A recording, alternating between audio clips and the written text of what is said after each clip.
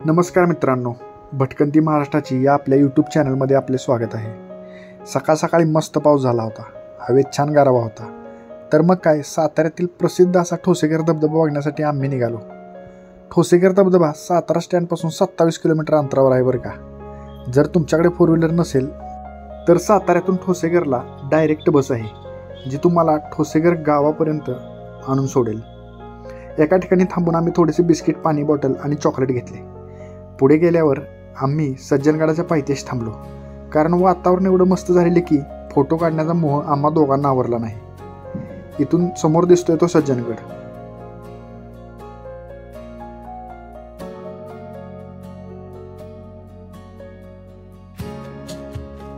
मग इथे थोडी मजा मस्ती करत स्वतःचेच व्हिडिओ काढत आम्ही बसलो।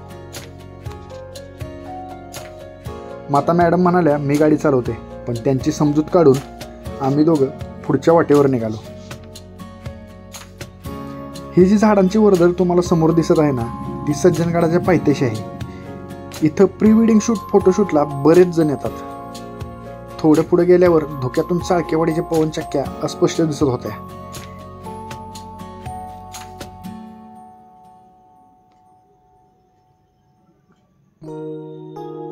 जशी कासला फुलं असतात तशीच चाळकेवाडी, ठोसेघर या भागातही फुलं असतात।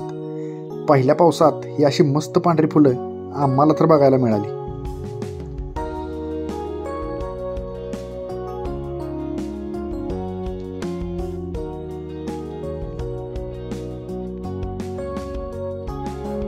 इकडे आल्यानंतर तुम्हाला अशा बऱ्याचशा पवनचक्क्या बघायला मिळतील।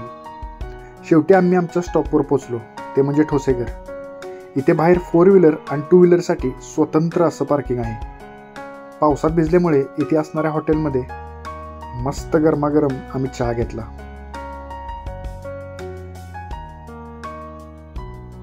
सातारा वन विभागाच्या कार्यालयातून तिकीट घेऊन आम्ही निघालो ठोसेघर धबधबा बघायला।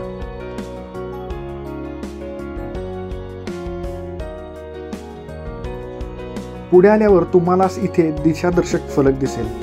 डावीकडे मोठा धबधबा आणि उजवीकडे छोटा।